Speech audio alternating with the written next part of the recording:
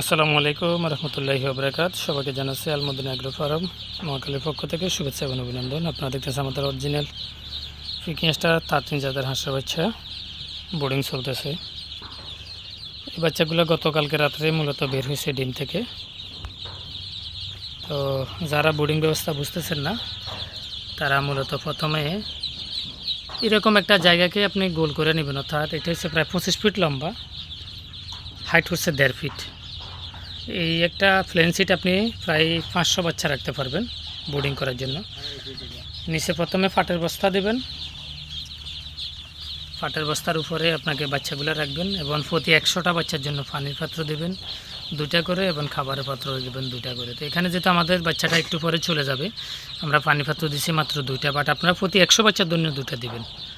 যেহেতু আমরা এখানে বোর্ডিংয়ে রাখবো না, আমরা একটু পরেই বাচ্চাগুলো ডেলিভারি হয়ে যাবে।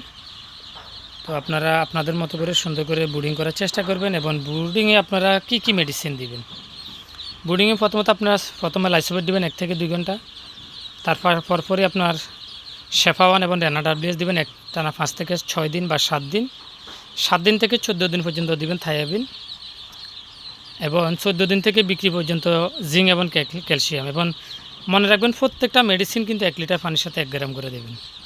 ধন্যবাদ সবাইকে। সবাই আমাদের চ্যানেলটা লাইক, কমেন্ট এবং সাবস্ক্রাইব করবেন।